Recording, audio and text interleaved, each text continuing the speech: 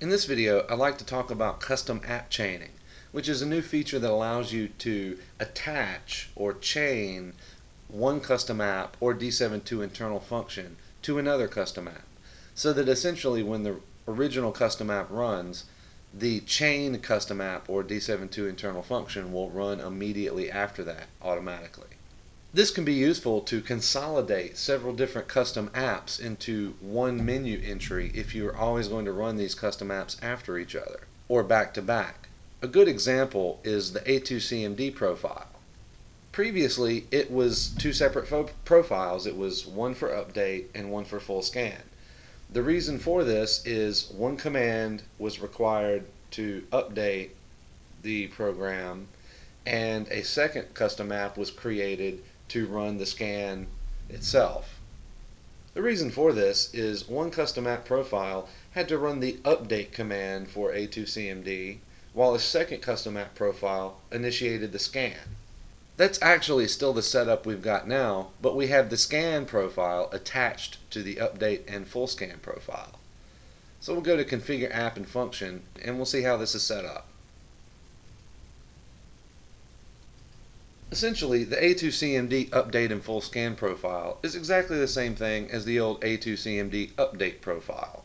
But there is one crucial exception. We now have a custom tab, and on the custom tab we have an option to chain a second custom app or D72 internal function. It does tell you the chained app or function will run automatically after this app, and to make it happen you need to specify the exact name of the custom app. So essentially what we're doing with this profile is we're running this profile when we're finished. Now the neat thing about this setting is it will save even on a default app, and it won't get overwritten when you update your D72 default apps. That's because everything on this new custom tab is saved independently of the default app's profile. So in other words, any changes you make here will stick, provided you hit this button to save the settings. Now what if you want to attach a D72 custom function to the app? The first thing you might think of is to put the exact name of the custom function here, but that's not going to work in this case.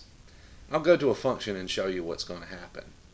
Basically, with any function, it has an internal function number which is internal to D7, and that function number is used to identify the function and launch it.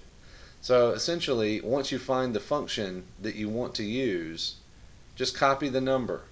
This is number 71.